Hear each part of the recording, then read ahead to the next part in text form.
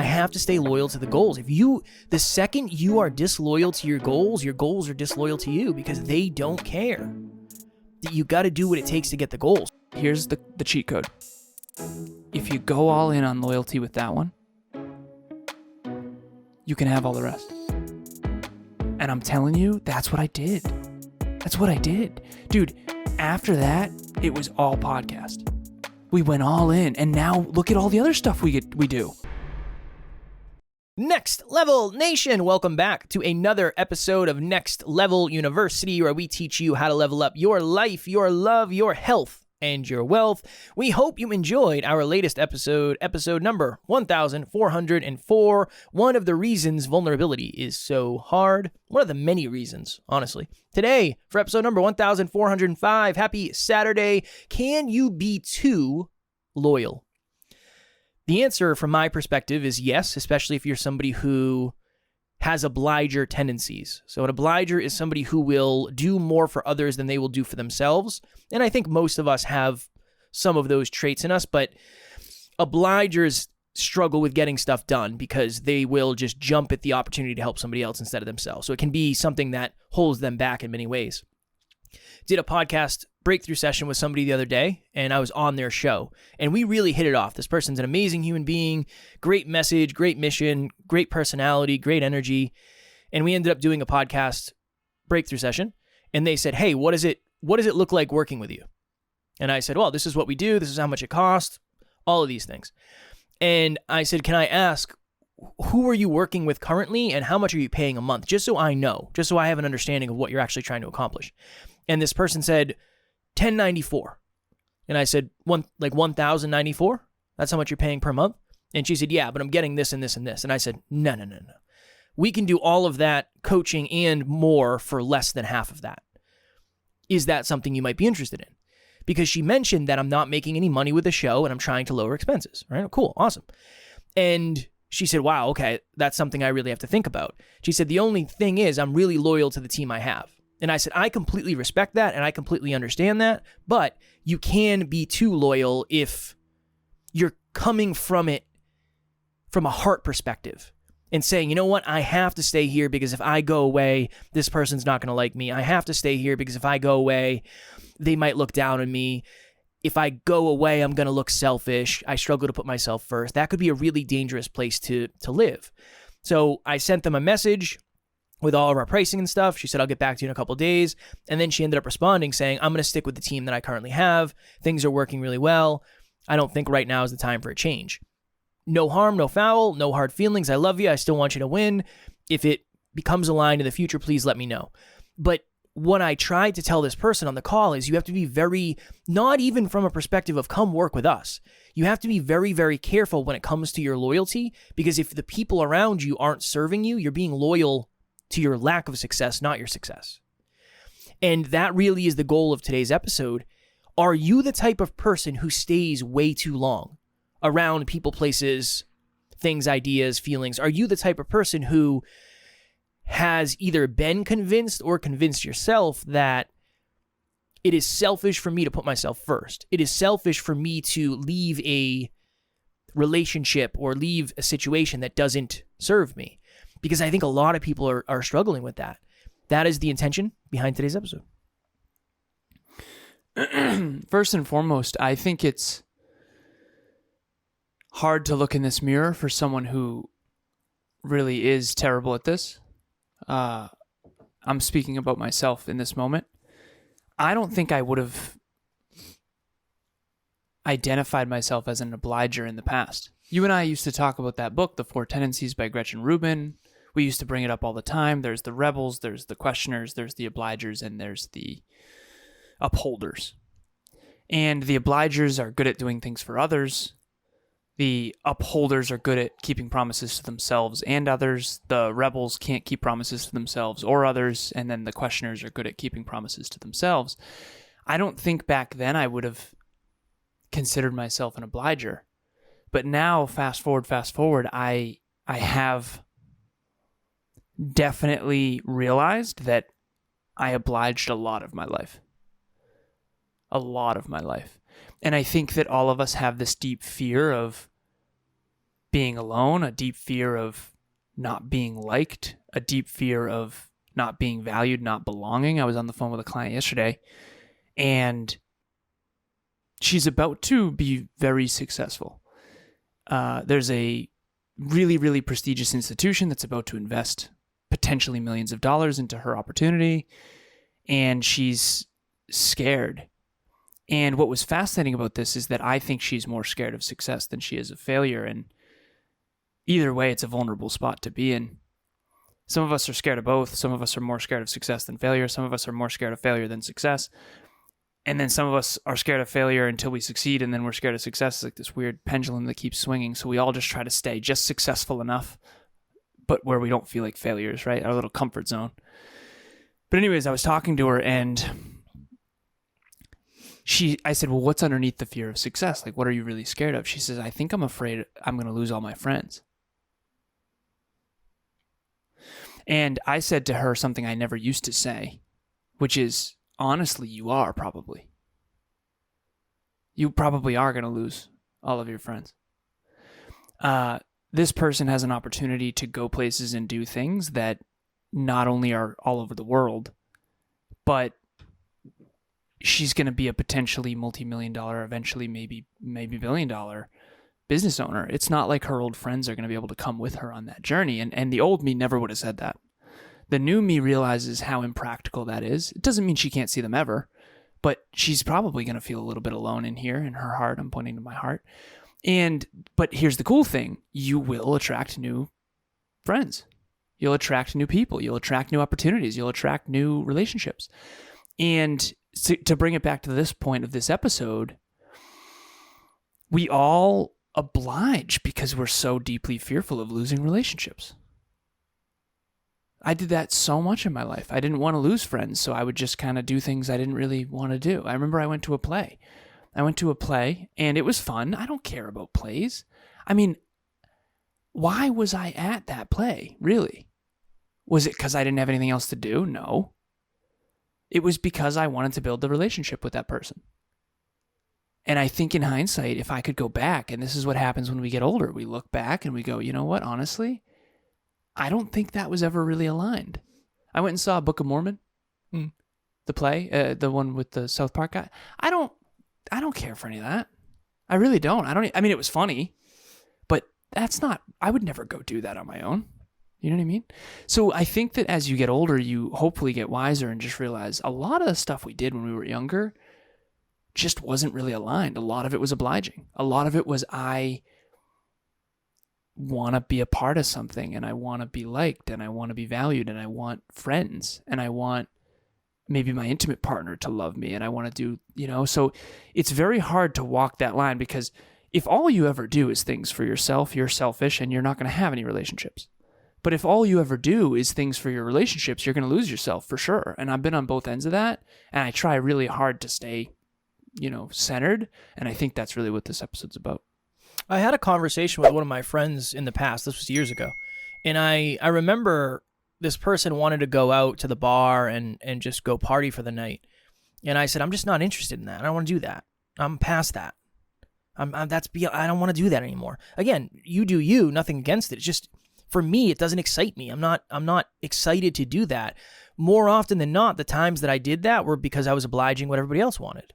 And I also realized, I don't want to say give and take, but let me see what this does for the friendship, right? Like that part of it. I understand if I say no every time, you're probably going to stop asking me. But are you also going to stop asking me to do other things that I actually want to do? So it's a fine line.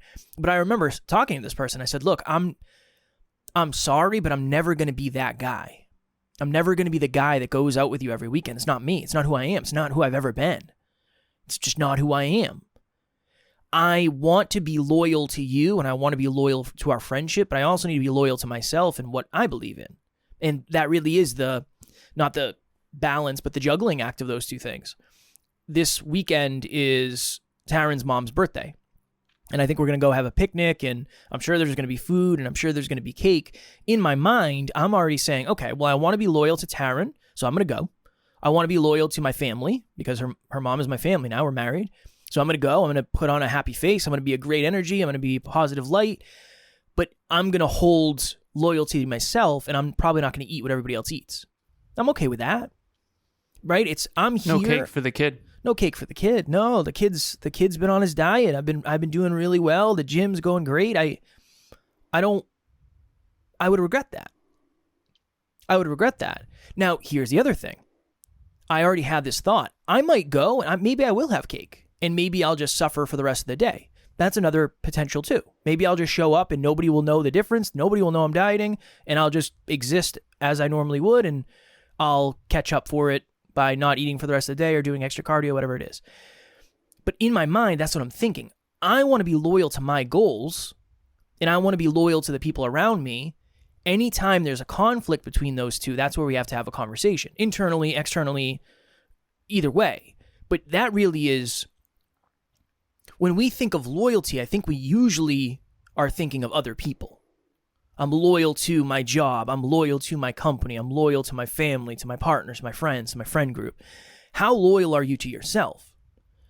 Because at the end of the day, you are the person whose loyalty matters the most to you. Yeah, your friends, obviously. But if you are sacrificing yourself for everybody in your life, you're not going to value yourself at a very high degree. That's another piece of being an obliger and putting other people first, is I think that probably hurts your self-worth. Every time somebody says something to you, you're thinking, I really shouldn't do this. I should do blank for me. But then you go and you end up doing it. I can imagine that has to take a little bit of the battery from the self-worth, is my guess. I can't imagine it's good for it. Emilia and I did a Relationship Talks virtual event yesterday, and at the event, we were talking about guilt-free pleasures, and I ended up saying, like, tonight is going to be awesome. I can't wait. I have all my guilt-free pleasures. Instead of guilty pleasures, guilt-free. And I'm going to go lift weights, which I adore, crush a workout. We're going to get Domino's, and we're going to watch the rest of a movie we're watching. And I can't wait. I'm pumped. After the event, Emilia wanted to be loyal to herself, and she's like, honestly, I'm cooked. I don't want to go to the gym. And I had that moment. Of, I want to be with her. But I also want to go weight train. You can see it in my energy. You can feel it in my voice. Like, I really want to weight train. I'm not going to eat pizza without weight training. I need to weight train in order to deserve this pizza. Like, pizza is very high carbs, and I don't want to let it go to waste. So I eat very strategically. Like, of course, I get Domino's and I get pizza, and I love pizza just like anyone else, but I will not eat pizza unless I crushed workout. And Kev, I know you're similar to that way as well. Like, if you're going to eat a crappy meal, for lack of better phrasing, it's going to be going to your muscles mostly, right? Yeah, that's the goal. And that's the goal. Yeah, obviously it's also going to my gut. But okay, so, but here's my point. I had that moment where I wanted to oblige, for sure. I want to go on a walk with Emilia. I want to spend the night with her. She honored her boundary. She honored her goal. She honored herself, and she stayed loyal to herself. And I stayed loyal to myself. I went to the gym, listened to Bob Proctor, crushed a workout. It was awesome. And then eventually we synced up later. I think that all of us at all times have goals that we can stay loyal to, or we can stay loyal to other people. It's very difficult to integrate those two. And I'm not saying that you can't. I did a post yesterday about Emilia and I being 505 days in a row, or over 500. It's 506, I think, now. But I could never have done that without her. Now, could I theoretically have done that without her? Yes. But real talk, the reason why I was able to do that and never did it before, I've always wanted to work out every day. For at least 8 years, I've like genuinely thought about it. I've thought about, why don't I work out every day? It's exercise. Like, why wouldn't we just exercise every day? The human body, hunter-gatherer, like we're able to exercise every day. So anyways, this is my belief system. But I never manifested it until she got on board. I know why. Because my loyalty to her is so damn high that I won't miss. Our loyalty to this podcast is so damn high that we won't miss. Yeah. And loyalty, you got to choose who you're loyal to and what you're loyal to. I am loyal to NLU. I'm loyal to this podcast. I'm loyal to Emilia, right? if you're loyal to 8,000 things and 8,000 people, you are going to lose yourself 1,000%. I've done it. Don't do it. Stay loyal to a few things. I'll share this one last thing here. Started the Next Level blog. We're at blog 7. The 8th one is coming out 2 weeks from now. I said to Emilia, I'm going to write a blog every 2 weeks for the rest of my life. We just surpassed our 25th virtual event, 25 months in a row. There's certain things I'm loyal to. But I'll tell you what, there's certain things that I have had to let go of my loyalty to. There are friends that I have let go of because there's no way I can be loyal to 8,000 things. And so choose your loyalty wisely, I guess, is what I would say. And if you're loyal to too many things, you're going to always feel bad. You're going to be breaking promises to yourself and others. You're going to be spread too thin. And if you're loyal to too few things, you're going to be lost and directionless, and you're going to feel like you need organization and structure. And I think all of us are constantly expanding and contracting in this this whole thing. Hi, my name's John Laredo, and I just wanted to give a big shout out to Kevin Palmieri. I had reached out to him. He had been referred to me when I had shared with a friend of mine some interest in doing a podcast, and he said, you've got to use Kevin. He's fantastic. He's the best around. He'll get you started and off the ground and soaring high in no time. And take it from somebody who knows nothing about podcasting other than maybe saying a few things. But as far as behind the scenes, the startup, everything, I knew nothing. Kevin was phenomenal in terms of leading me through the whole process, and not just easy to work with, but really, really knows his stuff. A great combination between leading me through all the stuff I had no idea what I was doing, but also really listening to me and understanding what it was I was trying to accomplish and what my vision is. So whether you're looking for somebody to help you and get you started, or somebody, as I've done, where I'm putting it entirely in his hands because I've got total trust and confidence in him, and he is a true pro and easy to work with, any of those ends of the spectrum, you're going to have a lot of success and a lot of fun working with Kevin. Trust me. Thanks. I wonder if I had a kind of a breakthrough when you were talking. I remember before, obviously the business wasn't like it is today, and we weren't doing 7 episodes a week, and we didn't have as many clients, but I remember I was dating someone, and I would sleep over their house, and I might get, I don't know, 3-4 hours of sleep, and this person lived like an hour away, and I would get up at 4 o'clock every single time I stayed over there. I would put my gym clothes on.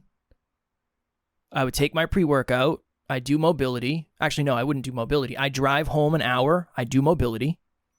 I'd get ready, and then I'd go to the gym with Matt at 6. Every time. I never missed. Every time. That was insane. That was where my loyalty was. It's my loyalty is to you because I'm coming over here, and we're gonna hang out. We're gonna have fun. We're gonna spend time together. We're gonna bond, quality time. But I have to stay loyal to the reason you're actually attracted to me in the first place, is because I'm loyal to the things that I've decided I need to accomplish. When I used to work at that old job, everybody thought I was nuts. And I probably was to a degree. We would work... For sure. I remember, this was the day before Thanksgiving, one of the years I was working there.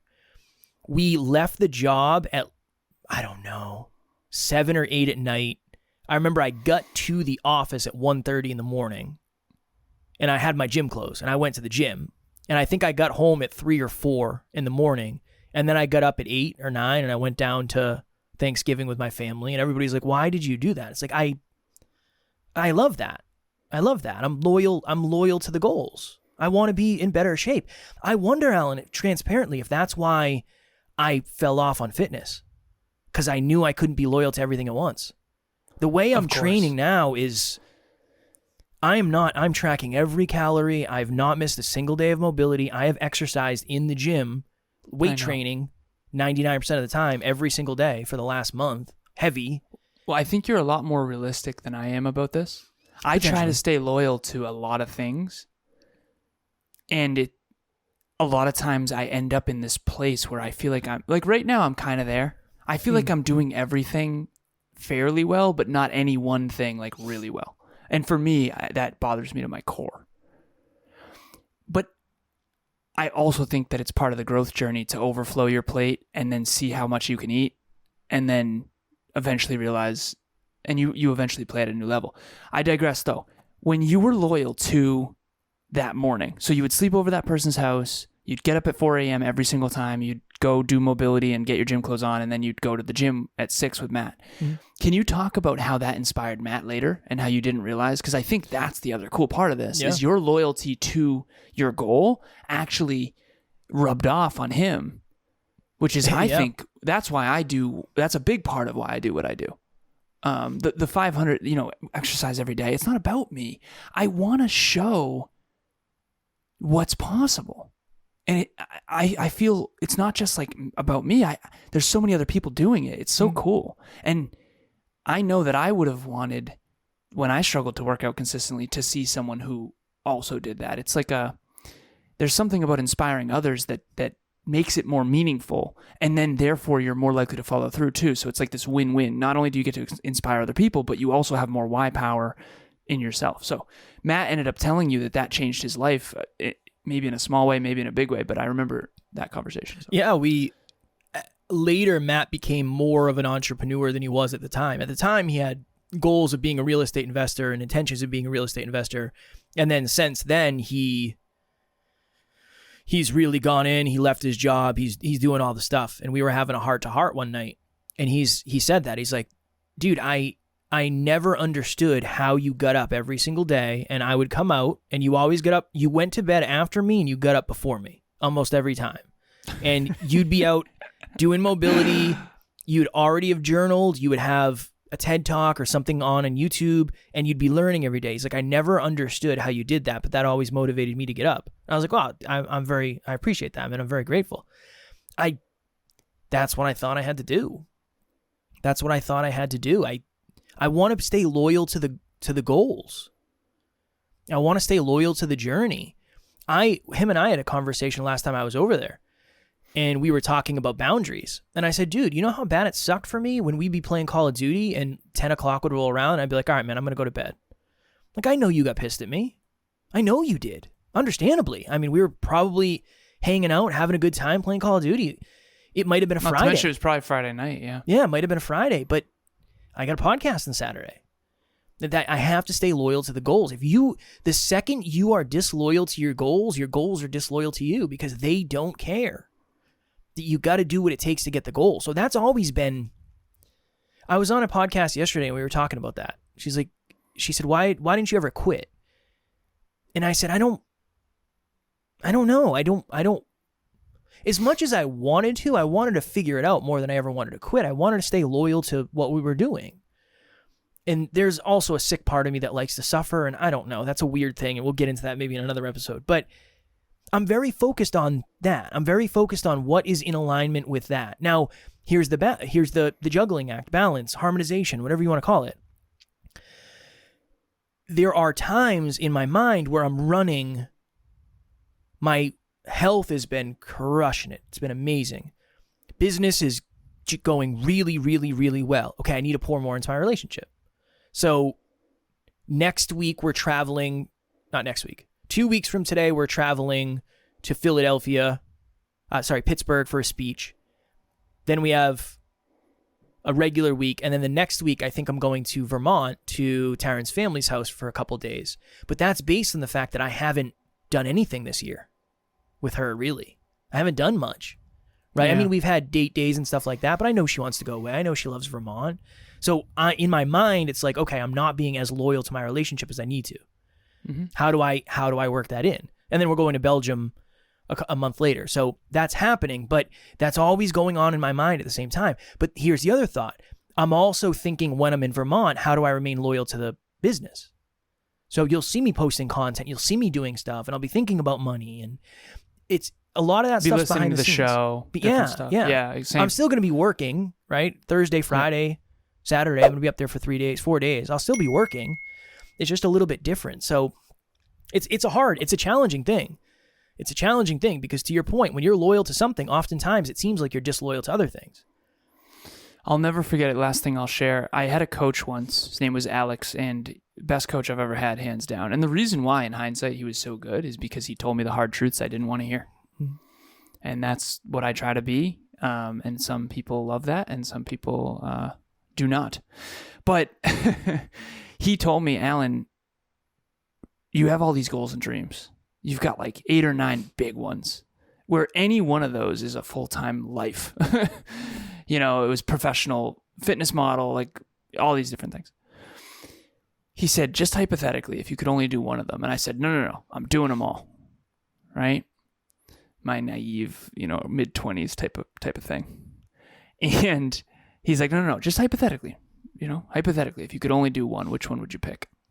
This changed my life, Kev, so much, this conversation. I've done this with clients in the past. It's like, and I wrote out all my dreams and I said, it's the podcast. If I could only pick one, it would be the podcast. And he said, why? I said, first of all, I don't need permission from some event coordinator for me to go practice my craft. I want to get better at speaking. I can just do that with Kev. I don't need to go get permission. We podcast as much as we want. So that's number one. I get to master my craft. Number two, we're inspiring so many people. We have listeners reaching out. That it was early in those days, but believe it or not, we had a lot of people reaching out in hindsight. Who knew? I don't know what we were doing differently, but I like it. Small talks. Today we're going to define discipline, brutal. But anyways, and I said, it's so fulfilling. Kevin and I got a good thing going. It's so fulfilling. We're impacting people. I'm mastering my craft every day. It's so fulfilling. It would be the podcast. He said, here's the cheat code. If you go all in on loyalty with that one, you can have all the rest. And I'm telling you, that's what I did. Dude, after that, it was all podcast. Yep. We went all in. And now look at all the other stuff we do.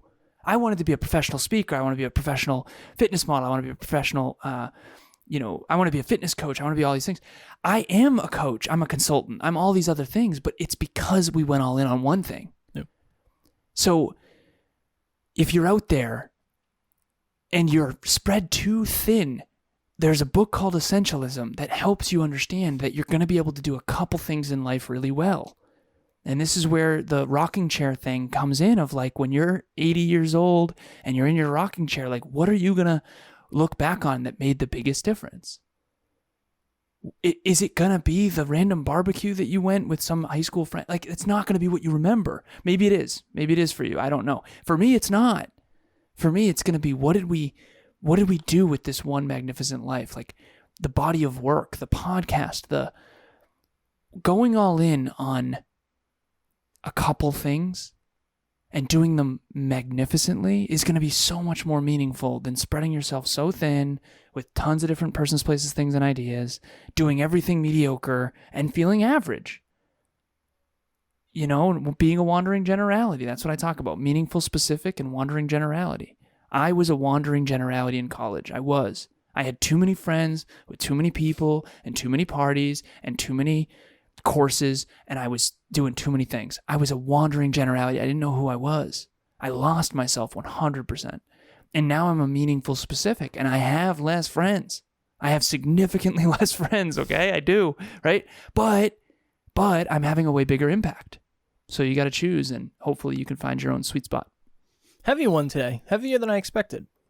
Samesies. But something I wish I think I unconsciously understood this, but I don't know if I was really in control of the practice. So something I wish I understood more deeply earlier in life, for sure. I think your pessimism helped in this because you didn't believe you could accomplish a ton. So you knew you had to really stay loyal to the thing. You know what I mean? But I'm very certainty driven. I like consistency. I told Taryn the other day, I like getting up at 5:30, Saturday, Sunday. I like it. I get up, I know what I'm doing. I'm going to the gym. I got time to do mobility. Like I just enjoy that. I'm a simple creature when it comes to the habits like that. I get home at 7:00 and I've already worked out. I've already done mobility. I've already checked off a lot of the stuff. I enjoy that. So that's part of it. You and I have that as a huge advantage, man. Definitely. And later on in life, I think we'll reflect on that. And if you're out there listening and you wonder how we stay so consistent with so many things, Kevin and I are very simple. We don't need, I'm very fulfilled doing very little. I can do the same thing over and over and over again. So if you don't resonate with that, that's okay. Just try to be more consistent. You don't have to be as consistent as we are. or as simple either. Yeah, exactly. But that's the thing. what Taryn has really helped me do is expand my horizons to do stuff I normally wouldn't do. How many of the foods that I love now I had never had and convinced myself I hated? There's a long list of them. We have a running joke, right? That's next is going to be bone-in chicken for the kid. No, the bone-in chicken will never happen. All right, I got to go because I have a podcast call right after this.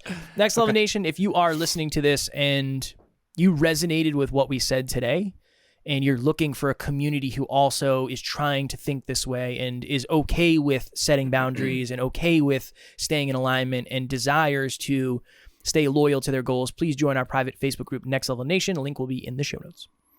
Okay, so I am devastated that we might not have my book winning the poll. My book, as if I wrote it. No. The book that I want to win. I've been wanting this to win for the longest time, but it's about the community. It's not about me. High Performance Habits by Brendan Burchard currently has, 30% of the vote. Limitless by Jim Quick is currently in the lead. Your Erroneous Zones by Dr. Wayne Dyer. Very first book, one of the first books, I should say, that I ever recommended to Kev. Indistractable by Nir Eyal. Again, how to stay focused. Peak Performance by Brad Stolberg. If you do join Next Level Nation to Kevin's recommendation just now, there is a poll at the very top. It's featured. And we have 2 more chapters left in How Emotions Are Made, and then we will be starting a new book in Book Club, and we really, really hope that you vote and join us. Please vote for High Performance Habits by Brendan Burchard. No, vote for whatever book you feel most called to, and we will pick the one that has the highest percentage. Tomorrow for episode number 1406. I'm excited to do this one. I think this one is long overdue. We've touched on this in the past, but we'll go deeper in this episode. One thing they don't tell you about manifesting. I've just come across so much content lately that has, I don't want to say upset me, but I realize it's probably pointing many people in the wrong direction. So we will talk about that. As always, we love you. We appreciate you. Grateful for each and every one of you. And at NLU, we do not have fans. We have family. We will talk to you all tomorrow. Stay loyal to your dreams. Next Level Nation.